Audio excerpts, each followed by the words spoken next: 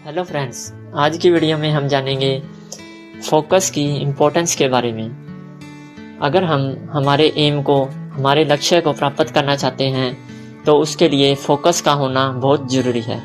तो इसके लिए हम एक कहानी के बारे में जानेंगे। एक बार एक व्यक्ति पारस पत्थर की खोज में निकला। उसे रास्ते में एक साधु मिला।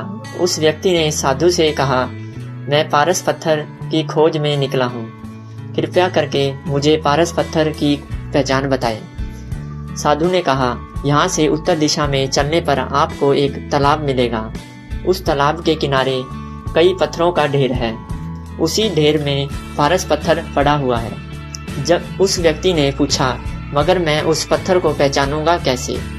उस पत्थर की पहचान यह है कि वह और पत्थरों की अपेक्षा कुछ ज्यादा गर्म है।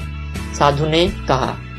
अब वह व्यक्ति प्रतिदिन तालाब के किनारे जाता, पत्थरों की ढेर पर बैठता, एक पत्थर उठाता, उसे अपनी गाल से छुआता और यह जानने का प्रयास करता कि यह पत्थर गर्म है अथवा नहीं। पत्थर ठंडा होता तो उसे तालाब में फेंक देता। ऐसा करते करते उस व्यक्ति को कई बरस बीत गए।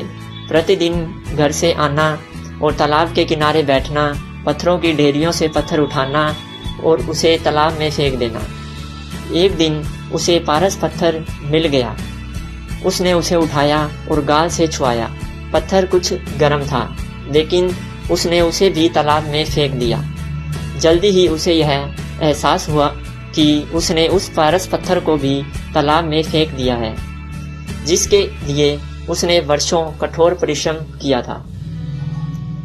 वह वापस साधु के पास गया और उसने कहा, मुझे पारस पत्थर मिला था, लेकिन गलती से मैंने उसे भी तालाब में फेंक दिया है।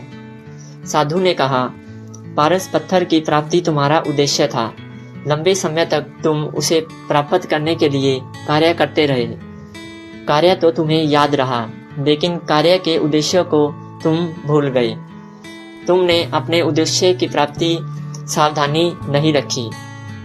तुम तालाब के किनारे जाकर पत्थर फेंकने को ही अपना उद्देश्य समझ बैठे।